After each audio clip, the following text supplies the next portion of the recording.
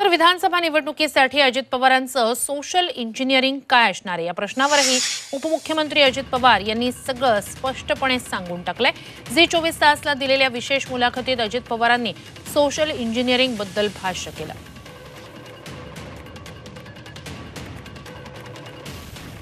राष्ट्रवादी काँग्रेस पक्षाकडे खूप मोठ्या प्रमाणात अल्पसंख्याक मतं होती एकेकडे, जी लोकसभेत तुम्ही तसं सांगितलं की तो दुरावला आहे, तो कसा परत येणार? अल्पसंख्याक मतं आता मी ह्या सरकारमध्ये असताना मार्टी आणलं की नाही का?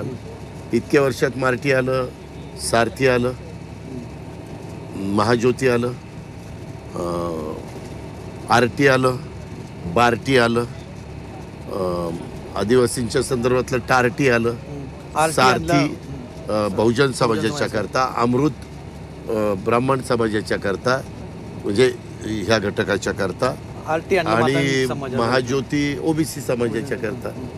आता हे सगळं करत असताना आता अधिवेशनाच्या वेळेस आरटी आणलं, ते मातंग समाजाच्या करता आणलं। मुस्लिम समाजाची बरेच दिवसाची मागणी होती मार्टीची, आम्ही आणलं।